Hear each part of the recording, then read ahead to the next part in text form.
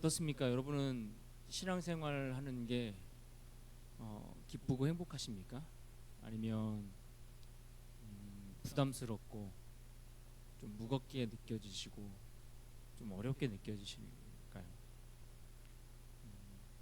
그러니까 신앙생활이라는 게 사실 우리가 처음에 예수님을 믿고 예수님을 만나고 또 그때 얻어지는 기쁨들이 있는데, 문제는 그 기쁨이 유지되기보다는 점점 세월이 흘러갈수록 신앙이 무겁게 느껴질 때가 많이 있는 듯합니다.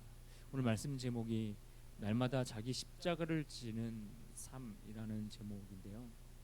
이 말씀의 제목처럼 이제 딱 듣기만 해도 벌써부터 오늘 또 주제가 무거운 주제겠구나라는 생각이 들 정도로, 우리는 뭔가 신앙에 대해서 기쁘고 행복하고 즐거운 그런 감정, 그런 느낌보다 예수 믿는 것이 얼마나 소중한지를 우리가 안다라고 말하지만 정작 예수님을 믿는 일에 있어서, 우리가 온전히 따라가는 일에 있어서 부담을 느끼는 것 같다라는 생각을 합니다. 그래서 실제로 목회를 하면서 많은 성도들을 보면 신앙생활 하는 걸 굉장히 좀 부담스럽게 생각하시는 분들이 많이 있는 것 같아요. 그래서 나름대로 자신의 어떤 선을 정해놓고 그 범위를 벗어나서 더 이상 가까이 가지 않으려고 하는 그런 모습들을 우리가 볼 때가 있습니다. 그래서 예수님을 믿는 것이 얼마나 소중한 일인지를 아는 듯한데, 그런데 예수님을 따른다라는 이 말 앞에서는 왠지 마음을 무겁게 갖게 되는 것이 오늘 우리의 모습이 아닐까라는 생각을 합니다. 그래서 믿음이라는 단어는 때때로 우리에게 필요한 위로의 말처럼, 위로의 단어처럼 이 믿음이라는 단어가 사용되고 들릴 때도 있지만, 그러나 제자라는 단어, 제자도, 그러니까 제자로서 살아가는 삶, 그런 제자도라는 삶에 초점을 맞추어 보면 이 말을 들으면 왠지 참 무거운 예수님을 따라가는 제자로서 살아가는 것, 참 무겁게 무거운 책임처럼 들리기도 한다라는 이야기입니다. 그렇다 보니 믿으면 됐지 뭐 이렇게까지 해야 되는가라는 질문을 하시는 분들도 있다라는 거예요. 내가 믿으면 됐지, 왜 그렇게까지 더 그 무엇을 해야 되는가라는 질문을 던지시는 분이 있다라는 겁니다. 이것이 어쩌면 우리 모두에게 나오는 자연스러운 질문이 아닐까라는 생각도 해봅니다. 그래서 우리는 종종 신앙을 주일의 감동으로 만족하려 하시는 분들이 있으세요. 아니면 특별한 어떤 집회를 통해서 얻어지는 은혜, 혹은 내가 도움을 얻고자 할 때에, 필요로 할 때에 얻을 수 있는 도움의 어떤 맡겨놓은 어떤 창고나 뭐 이런 보관소처럼 신앙을 그 정도로만 우리가 여기고 생각할 때가 많이 있다라는 것입니다. 그런데 오늘 본문에 보시면 예수님께서 우리가 믿는 신앙에 대해서 우리가 생각하는 것처럼 그렇게 정의하지 않으셨습니다. 오늘 분명하게 말씀하시기를 23절에 이렇게 말씀합니다. 같이 읽어볼까요? 또 무리에게 이르시되 아무든지 나를 따라오려거든 자기를 부인하고 날마다 제 십자가를 지고 나를 따를 것이니라. 이 말씀에 보면 이 말씀은 어떤 우리를 향한 위로보다는 주님의 부르심이 먼저 나와 있습니다. 하나님의 은혜보다는 어떤 말씀이 나와 있습니까? 우리가 먼저 가야 할 길에 대해서 보여주는 말씀이 우선되고 있다라는 이야기입니다. 그런 의미에서 오늘 우리가 드리는 이 예배 시간, 이 시간도 특별한 어떤 헌신을 하나님 앞에 다짐한 그런 사람들만이 모여서 드리는 예배가 아니지 않습니까? 어떤 특별한 헌신을 다짐한 그런 사람들만을 위한 말씀이 아니라 그저 평범한 듯 살아가는, 일상을 살아가는 그러한 사람들이 함께 모여서 드리는 예배이고, 그들을 향한 예수님의 초청이라는 것을 우리가 기억해야 합니다. 먼저 우리가 이 말씀을 우리가 자세히 살펴볼 텐데, 이 말씀이 언제 누구에게 주어졌는가 하는 것을 먼저 생각해 보면 좋을 것 같습니다. 언제 어떻게 누구에게 이 말씀이 주어졌는가 하는 것을 살펴보려고 하는데, 누가복음 9장은 매우 중요한 하나의 전환점입니다. 그래서 그 전환점을 좀 살펴보면 9장 20절 말씀 같이 읽겠습니다. 시작. 예수께서 이르시되 너희는 나를 누구라 하느냐? 베드로가 대답하여 이르되 하나님의 그리스도시니이다 하니. 그러니까 예수님이 너희는 나를 누구라 하느냐라는 질문을 던지셨습니다. 가이사랴 빌립보 성에 이르러서 예수님이 던지셨던 이 질문, 너무나 유명한 질문이죠. 이 질문에 많은 제자들이, 또 사람들이 생각하는 예수님에 대해서 그들이 대답했고, 특별히 예수님을 따르고 있는 그 제자들을, 함께 하고 있는 그 제자들을 향해 너희는 나를 누구라 하느냐라고 물었는데, 이 물음에 제자들이 답을 했을 텐데, 특별히 베드로가 했던 그 대답이 성경에 기록되어 있습니다. 베드로가 했던 그 대답은 우리 모두가 지금까지도 많은 사람들이 기억할 만큼 너무나 유명하고 훌륭한 답을 내놓았습니다. 그의 답은 전적으로 옳은 답이었고 옳은 말이었습니다. 맞는 말을 했다라는 이야기입니다. 그러나 베드로가 예수님에 대해서, 그리고 예수님이 곧 짊어지시고자 하시는 그 십자가에 대해서, 그리고 그 십자가를 통해서 이루고자 하시는 구원에 대해서 제대로 이해했는가라는 측면을 살펴보면, 아직 베드로는 이 아름다운 고백을 했음에도 불구하고 예수님과 십자가와 구원에 대한 이해 측면에서 보면 그는 아직 미완성 단계에 머물러 있었다라는 것을 알 수가 있습니다. 그래서 예수님은 이 베드로가 했던 이 고백을 들으시고 난 이후에 곧바로 이어서 어떤 이야기를 하는가? 자신이 고난받을 것에 대해서, 자신이 죽임당할 것에 대해서, 그리고 다시 살아날 것에 대해서 말씀을 하십니다. 이것이 22절에 나와 있죠. 9장 22절 같이 읽어봅시다. 시작. 이르시되 인자가 많은 고난을 받고 장로들과 대제사장들과 서기관들에게 버림받아 죽임을 당하고 제3일에 살아나야 하리라 하시고 아멘. 그러니까 이처럼 예수님이 베드로가 예수님을 향해서 그리스도라는 그 고백을 하고 난 이후에 예수님이 고난받으실 것들, 죽으실 것들, 다시 살아나실 것들을 말씀하시고, 그러고 나서 오늘 우리가 읽었던 본문의 말씀이 이어져서 나오고 있다라는 이야기입니다. 이 흐름과 이 순서가 굉장히 중요합니다. 그러니까 그리스도에 대한 고백이 있고 나서 오늘 본문의 말씀이 이어진다. 그것은 이 말씀이 구원을 받기 위한 어떤 조건을 제시하기 위해서 우리에게 주어진 말씀이 아니라는 것을 의미하는 겁니다. 이것은 우리가 어떻게 하면 구원을 받을 것인가, 구원을 받는 조건을 가르쳐주고 설명하기 위해서 주어진 말씀이 아니라, 구원을 받은 사람들이 살아가야 할, 그들이 걸어가야 할 그 길에 대해서 우리에게 알려주시기 위한 말씀입니다. 구원을 위한 조건이 아니라 구원을 이미 얻은 자들이 가야 할 길, 구원받은 사람의 길, 그 길을 보여주기 위한 말씀이 오늘 우리가 살펴보는 본문의 말씀 9장 23절로 25절 말씀입니다. 또 오늘 말씀이 누구에게 주어졌는가 하는 것도 우리가 좀 생각해 볼 필요가 있습니다.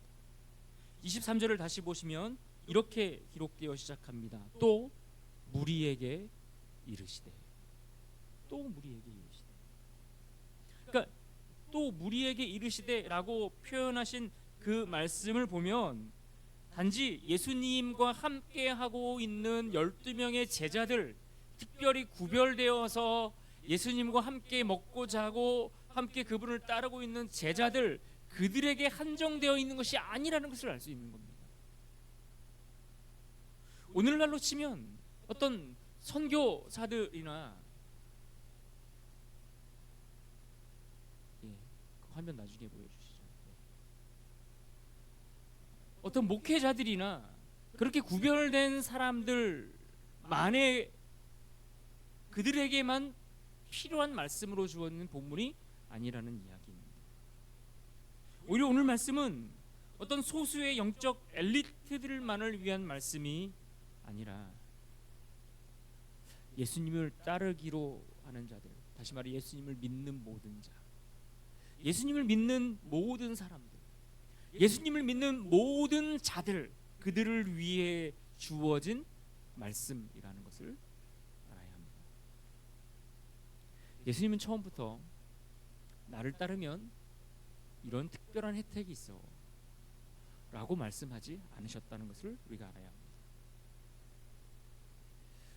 이벤트 기간이니까 이번에 예수님을 믿고 따라오면 내가 이런 좀 특별한 혜택을 줄게.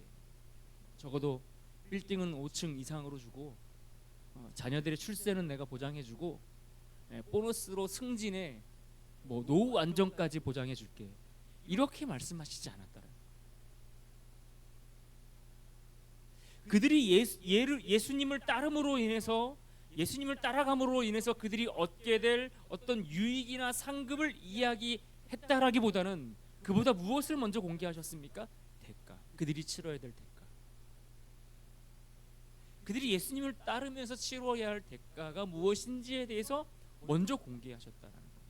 그러니까 그러고 보면 예수님은 참 정직한 분이세요. 그렇잖아요.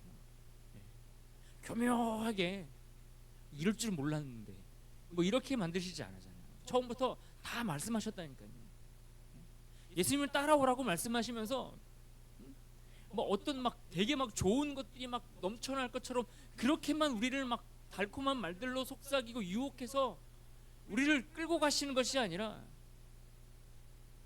예수님을 따라가는 삶이 결코 가볍지만은 않다라는 것을 이미 우리에게 알려주셨다고. 그래서 오늘 본문의 구조를 보면 먼저 23절에서 예수님을 따르려고 하는 자들에게 주어지는 세 가지 요청에 대한 말씀이 소개되고 있습니다. 23절을 다시 한번 같이 읽어보겠습니다. 함께 읽습니다. 시작. 또 무리에게 이르시되 아무든지 나를 따라오려거든 자기를 부인하고 날마다 제 십자가를 지고 나를 따를 것이니라. 여기 보면 예수님을 따르는 자들에게 요청되는 세 가지 무엇입니까? 첫 번째는 자기를 부인하고, 두 번째는 날마다 자기 십자가를 지고, 세 번째는 나를 따르라. 자신을 부인하고 날마다 자기 십자가를 지고 주님을 따르라. 이 세 가지를 주님을 따르려고 하는 자들에게 필요한 자세로 요구하고 있다는 것. 나를 부인하는 것, 날마다 십자가를 지고 가는 것, 날마다 주님을 따르는 것. 그리고 이어지는 24절과 25절의 말씀은 그 요청이 왜 필요한지에 대한 설명의 말씀을 덧붙여 주신 겁니다. 24절과 25절도 우리 같이 한번 읽어보겠습니다. 시작. 누구든지 제 목숨을 구원하고자 하면 잃을 것이요 누구든지 나를 위하여 제 목숨을 잃으면 구원하리라. 사람이 만일 온 천하를 얻고도 자기를 잃든지 빼앗기든지 하면 무엇이 유익하리요.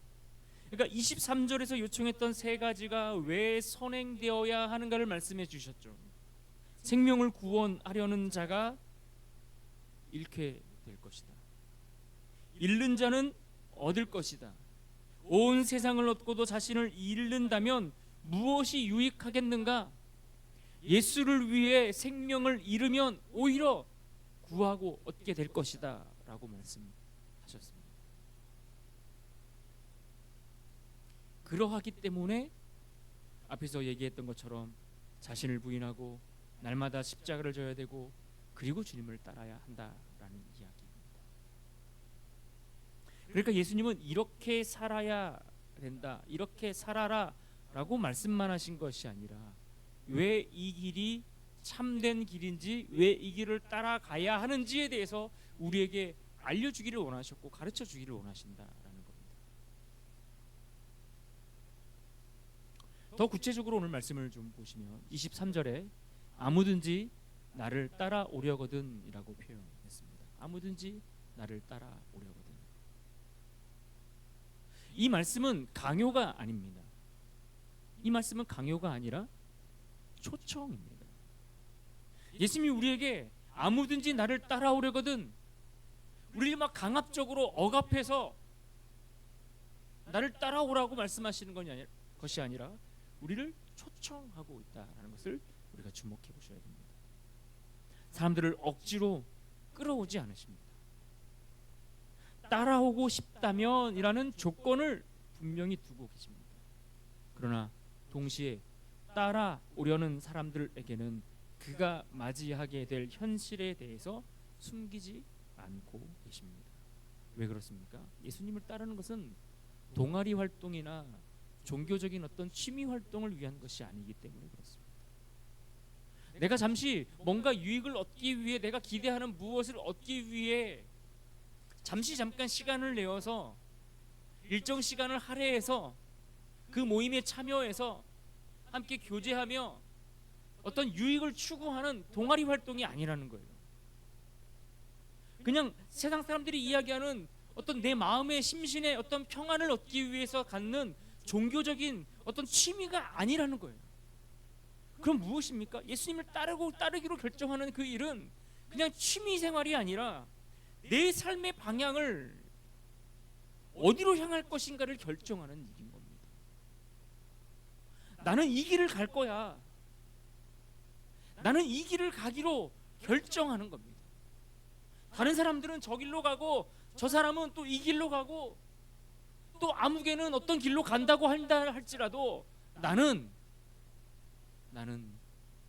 예수님을 따라가는 이 길이 내 인생의 길이야 라고 삶의 방향을 결정하는 것이기 때문에 그렇습니다.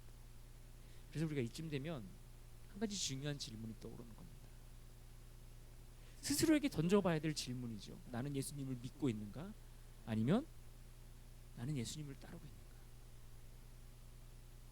여러분은 예수님을 믿고 있습니까? 아니면 예수님을 따르고 있습니까? 다 좋은 말이잖아요. 그죠? 예수님을 믿는 거, 따르는 거 다 좋은 말이에요. 예수님을 믿는가, 따르는가, 믿는 것과 따르는 것은 연결되어 있지만 그러나 이것이 동일하지 않습니다. 어떤 이는 믿는 단계에 머물러 있습니다. 아니, 믿는다고 이야기하면서 따르지 않는 사람들이 있습니다. 여러분, 주식을 투자해도요, 어떤 마음으로 투자합니까? 이게 오를 것이라는 확신을 가지면 거기다가 내가 돈을 투자하잖아요, 사람들이.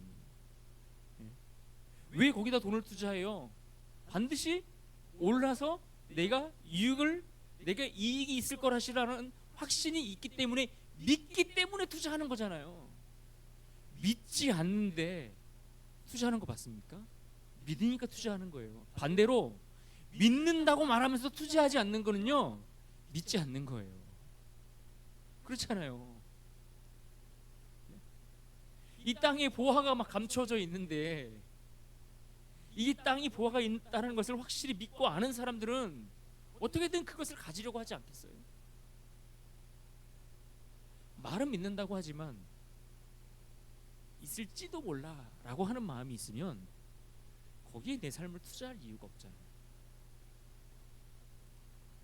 여러분, 예수님을 믿습니까? 예수님을 따르고 있습니까? 예수님은 지금 어떤 연극이나 어떤 드라마의 관람객을 우리에게 초대하기 위해서 부르시는 것이 아닙니다.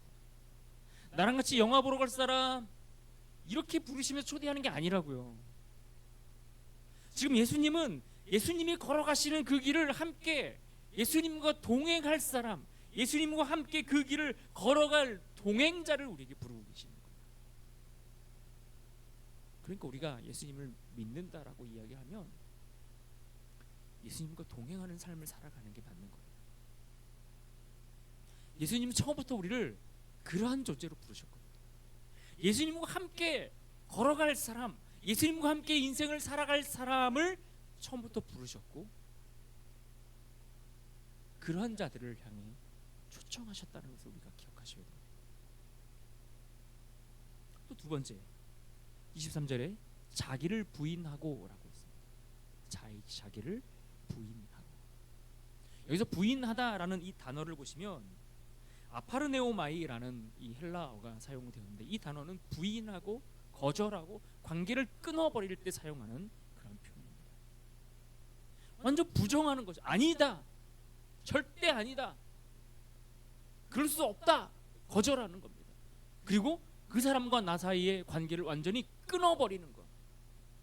이것이 부인하고 거절하고 관계를 끊는 이 부인하다, 자기를 부인하다라는 말의 의미인데, 이 단어가 성경에서 어디에 쓰였는가 하면 베드로가 예수님을 모른다라고 고백할 때에 바로 이 단어 아파르네오마이라는 이 단어가 사용된 거예요. 내가 예수님을 몰라요.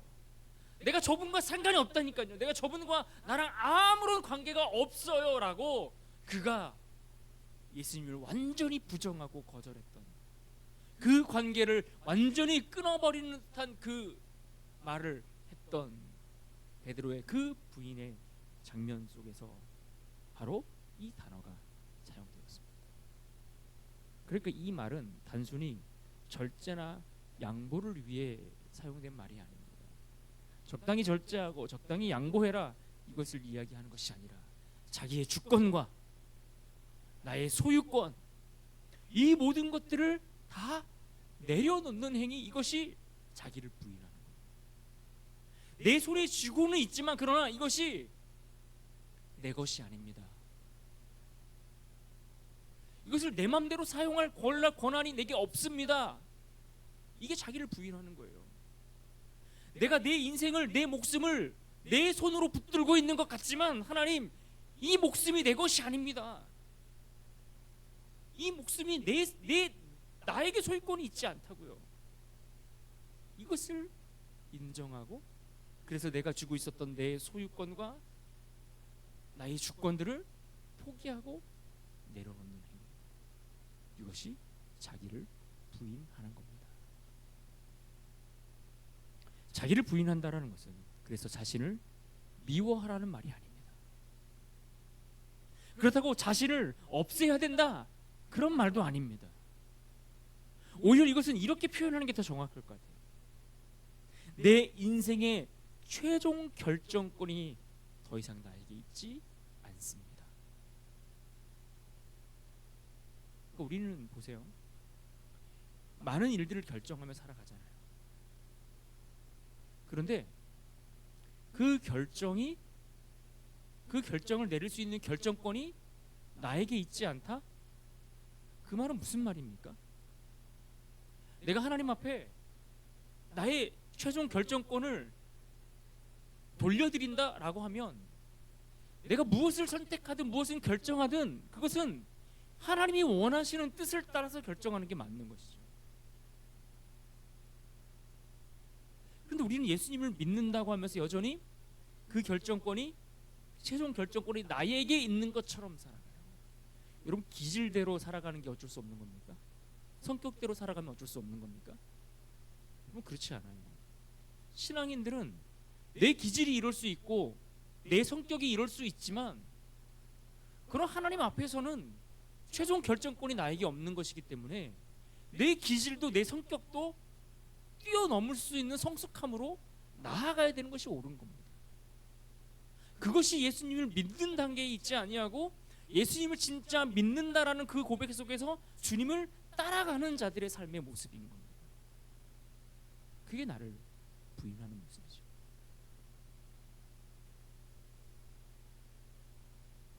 오늘 우리의 신앙이 흔들리는 이유가 무엇일까요?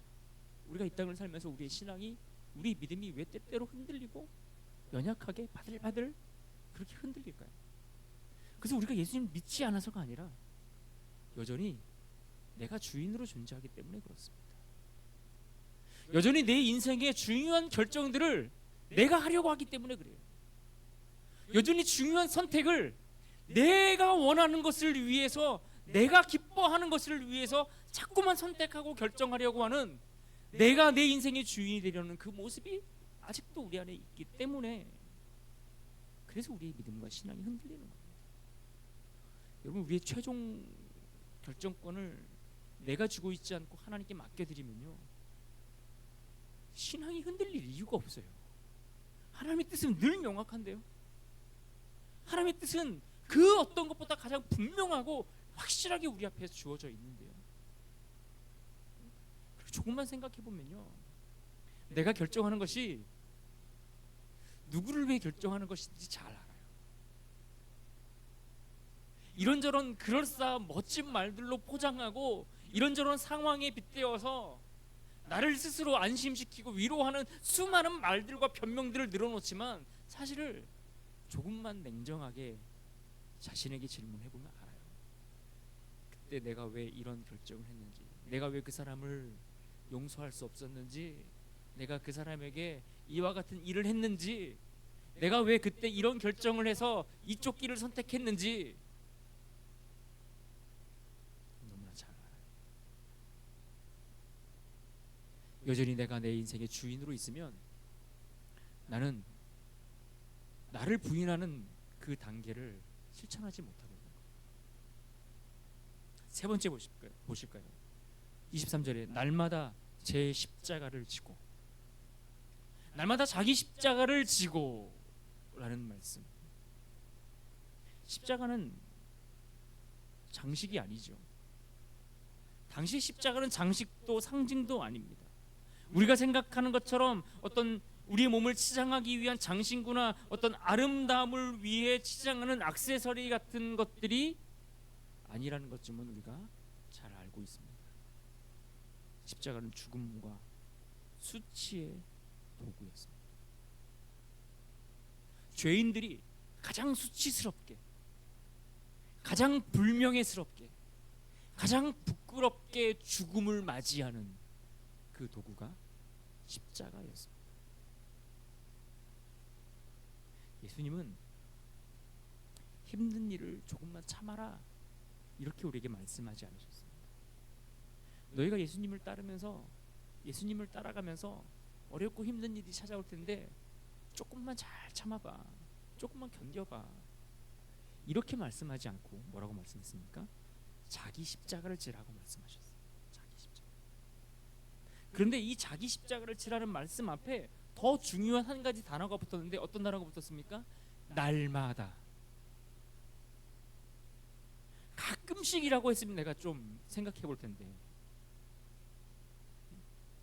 분기에 한 번 정도면은 좀 괜찮으시겠습니까, 여러분? 아니면 연중 행사처럼 연말이나 연초에 한 번쯤 자기 십자가를 지고 특별 새벽 기도를 한번 열심히 해봐라, 뭐 이렇게 말씀하셨으면 조금 교회 다니는 게 덜 부담스러웠을 것 같긴 한데, 그 앞에 하필이면 그 다른 것도 아니고 십자가 앞에 날마다라는 단어가 붙었어요. 날마다. 죽음과 수치를 상징하는 그것을 위해 사용되었던 십자가 앞에 날마다라는 단어가 붙어 있어요. 날마다.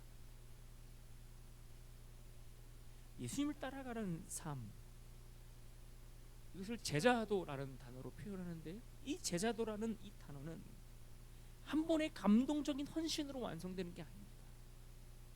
내가 지난번에 내가 용돈 다 털어서, 내가 진짜 생활비 다 털어서 주를 위해 내가 했는데, 여러분, 이 한 번으로 되는 게 아니라는 거예요. 남들 아무도 안 하는 그 일을 내가 그때 성교지 갔다 왔잖아요. 내가 그때 주방에서 막 또 뭐 이렇게 불우유 돕는 일에 남들 안 하는 그 힘든 그 일을 내가 한번 쫙 멋있게 했잖아요. 이게 아니라는 거예요. 한 번의 감동적인 헌신으로 완성되는 것이 아니라, 한 번의 결단이 아니라 날마다 반복되는 선택이다라고 말씀하고 있는 거예요. 날마다. 어제 결단하셨습니까? 주일에 드리는 그 예배 속에서 여러분 결단하셨습니까? 그걸로 되지 않는다. 오늘도 이 아침에 여러분이 눈을 떴으면 하나님이 주신 생명을 가지고 그 생명을 유지하고 살아가고 있다면, 오늘도 우리는 선택해야 한다라는 거예요. 내가 져야 될 십자가를. 오늘도 내 뜻을 내려놓을 것인가 선택해야 되는 거예요. 내가 아침에 눈을 떠서 오늘도 내가 이 하루를 예수님이 나의 기준이 되어서 내 삶에 주어지는 모든 일들을 결정할 것인가? 오늘도 내가 좋아하고 기뻐하고 내가 즐거워하는 내가 편한 길, 내가 만족할 수 있는 길 대신은 주님이 기뻐하실 만한 그 길을 택할 것인가? 선택해야 된다. 날마다. 물론 이런 따름을 위해 자신의 삶을 포기하신 분들이 있습니다. 전적으로 주를 위해 자신의 생애를 온전히 내어 드린 분들이 많이 계십니다.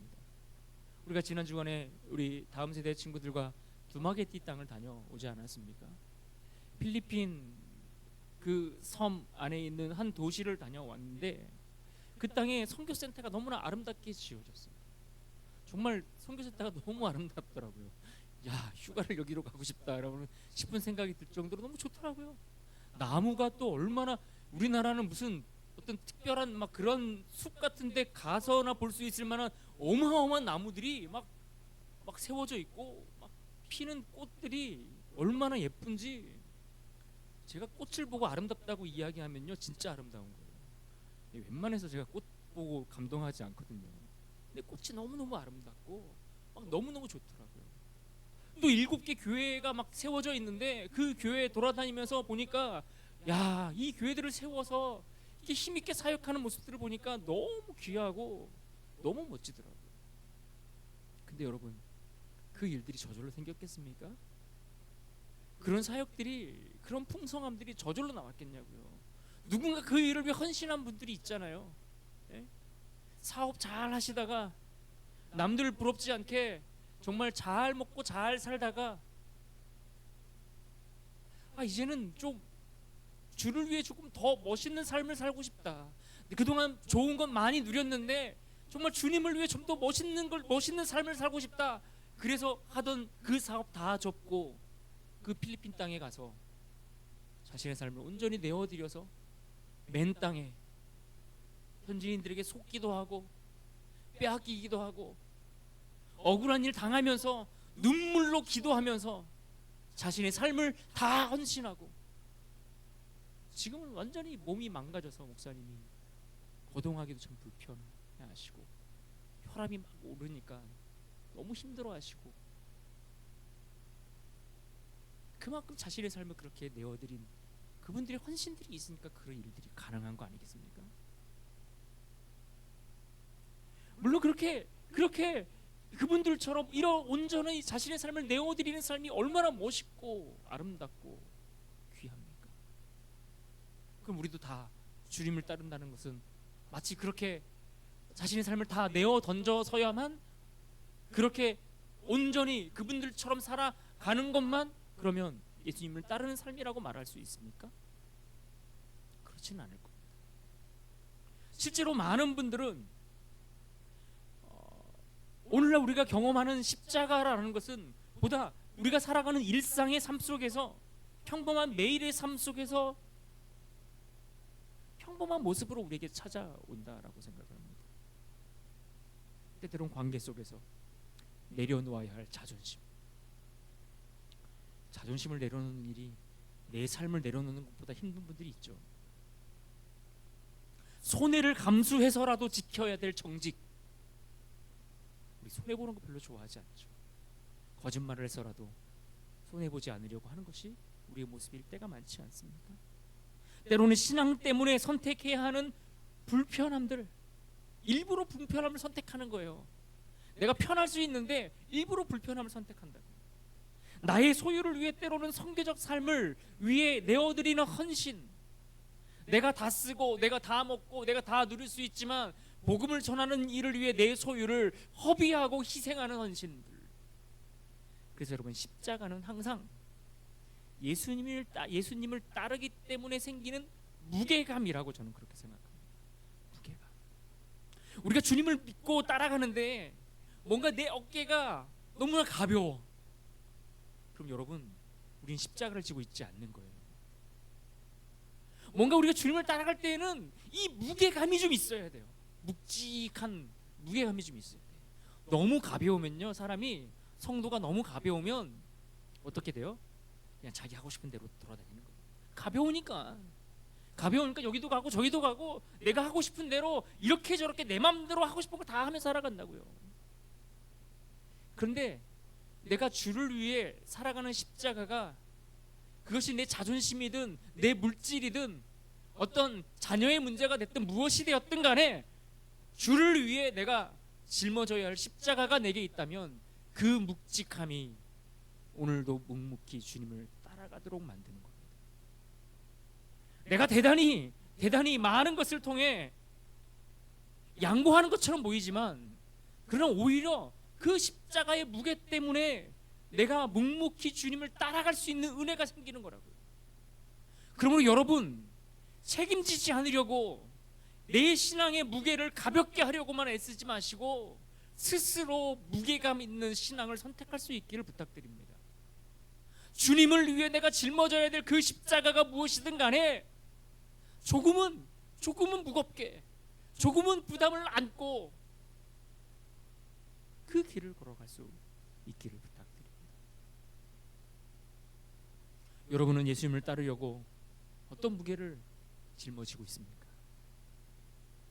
너무 가벼워서 오늘도 내일도 갈 곳이 너무나 많기만 한 주님과 상관없이 분주한 인생들이 아니기를 바랍니다. 네 번째, 마지막 네 번째로 23절에 나를 따를 것이니라 라고 말했습니다. 주님을 따를 것이니라. 십자가는 목적이 아닙니다. 왜 십자가를 집니까?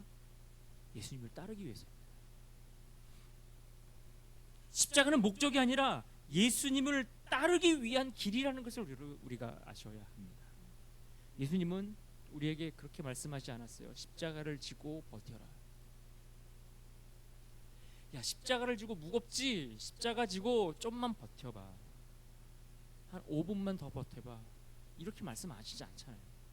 뭐라고 말씀하세요? 십자가를 지고 나를 따를 것이니라. 날마다 십자가를 지고 나를 따를 것이니라 라고 말씀하셨어요. 그러니까 신앙의 목표가 고난 자체가 아니라는 것을 우리가 알아야 돼요. 고난을 위해 십자가를 지라고 말씀하시는 것이 아니라 예수님과 함께 걷는 삶, 예수님을 따라가는 삶이 되게 하기 위해서 십자가를 지라고 말씀하시는 거예요. 그러니까 여기서 우리가 굉장히 중요한 사실을 알아야 되는데, 신앙의 목표는 고난이 아니라 예수님과 함께 걷는 것이다. 예수님과 함께 걷는 삶. 우리가 대단히 착각하시는 것이 예수님을 따라가면 막 고통스럽고 괴롭고 막 불행할 것처럼 생각을 해요. 예수님을 따라가면 불행합니까? 안 행복하십니까? 잘못 알고 있는 거 아닌가요? 그 반대로 생각해 보세요. 예수님을 따르지 않으면, 예수님을 따르지 않고 내가 원하는 대로, 내가 바라는 대로 가면 그 길은 내 마음대로 살면 행복합니까? 내가 얻고 싶은 거 다 가지면 진짜 행복할까요? 그렇게 행복하다고들 얘기합니까? 예수님을 따르지 않아도 고난은 있어요. 그렇지 않습니까? 꼭 예수님을 따라가기 때문에 고난을 얻는 것처럼만 생각하는데, 예수님을 따르지 않아도 고난이 있어요. 고통이 있어요. 괴로움이 있어요. 그런데 왜 우리는 마치 예수님을 따르는 것이 고난인 것처럼, 우리의 신앙의 최종 목표가 고난인 것처럼 그렇게 생각할 때가 많을까요?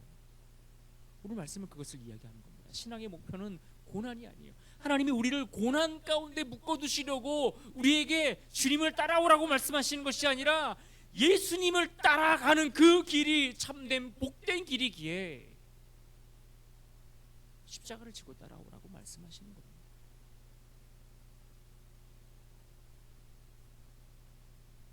그래서 오늘 말씀 속에서 24절과 25절에서 우리가 주님을 따르면서 얻게 되는 이름과 얻음, 우리가 잃어버리는 것과 얻게 되는 것, 이것들에 대해서 말씀하시는데 조금은 역설적인 이야기를 하고 계십니다. 24절과 25절에 오늘 세상의 공식과는 정반대되는 그런 말씀들을 우리에게 하고 계십니다. 생명을 구하려 하면 잃게 될 것이다. 반대로 생명을 잃으면 얻게 된다. 뭔가 이것은 맞지 않는 수수께끼를 우리에게 이야기해 주는 것이 아니라 복음의 원리를 가르쳐 주는 말씀입니다. 세상은 말합니다. 지켜야 산다. 더 많이 가져야 산다. 그런데 예수님은 오히려 뭐라고 말씀하십니까? 내게 맡겨야 산다. 내게 맡겨야 산다. 온 세상을 얻고도 자기 자신을 잃어버리게 된다면 그 인생은 결국 빈손이 되고 말 것이다 라고 말씀하고 있습니다.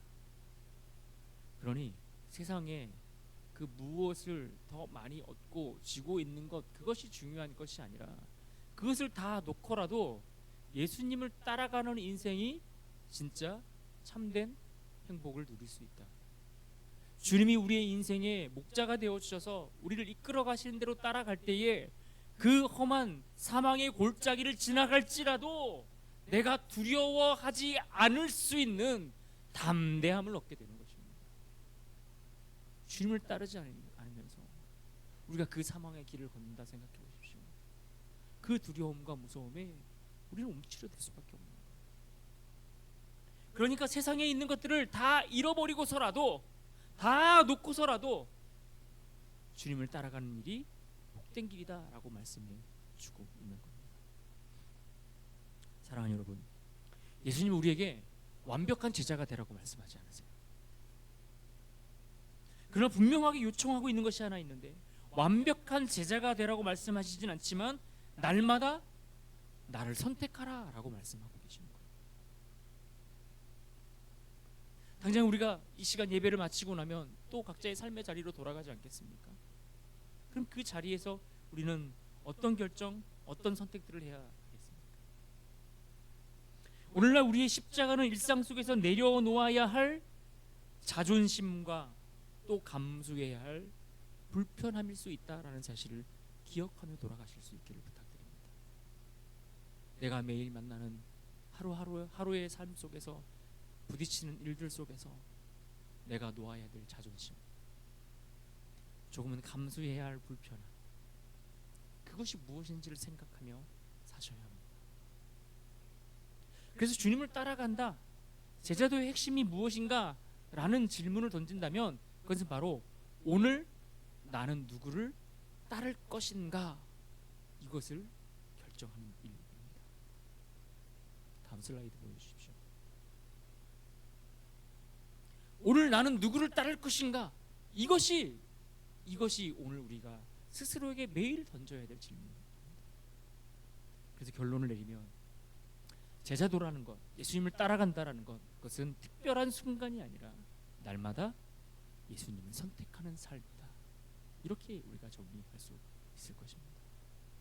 그러므로 여러분, 예수님을 믿는 것으로, 믿는 자리에 머물러 있는 것으로 만족하지 마시고 주님을 따르는 자가 될 수 있기를 부탁드립니다.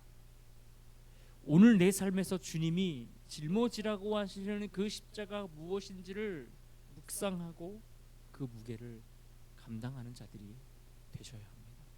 그것이 진짜 믿는 자이고 그것이 하나님이 말씀하신 참된 하늘의 복을 얻는 인생입니다. 바라건대 저는 우리 교회 모든 성도님들이 그저 예수님을 나는 믿어, 내가 예수님 믿는다고 라고 말하는 정도가 아니라 즐거이 날마다 예수님을 선택하고 따라가면서 그 십자가를 짊어지고 따라가면서 누리는 기쁨과 행복을 맛볼 수 있기를 바랍니다. 그렇기를 원합니다. 우리 모두가 그렇게 될 수 있기를 주님의 이름으로 축복합니다.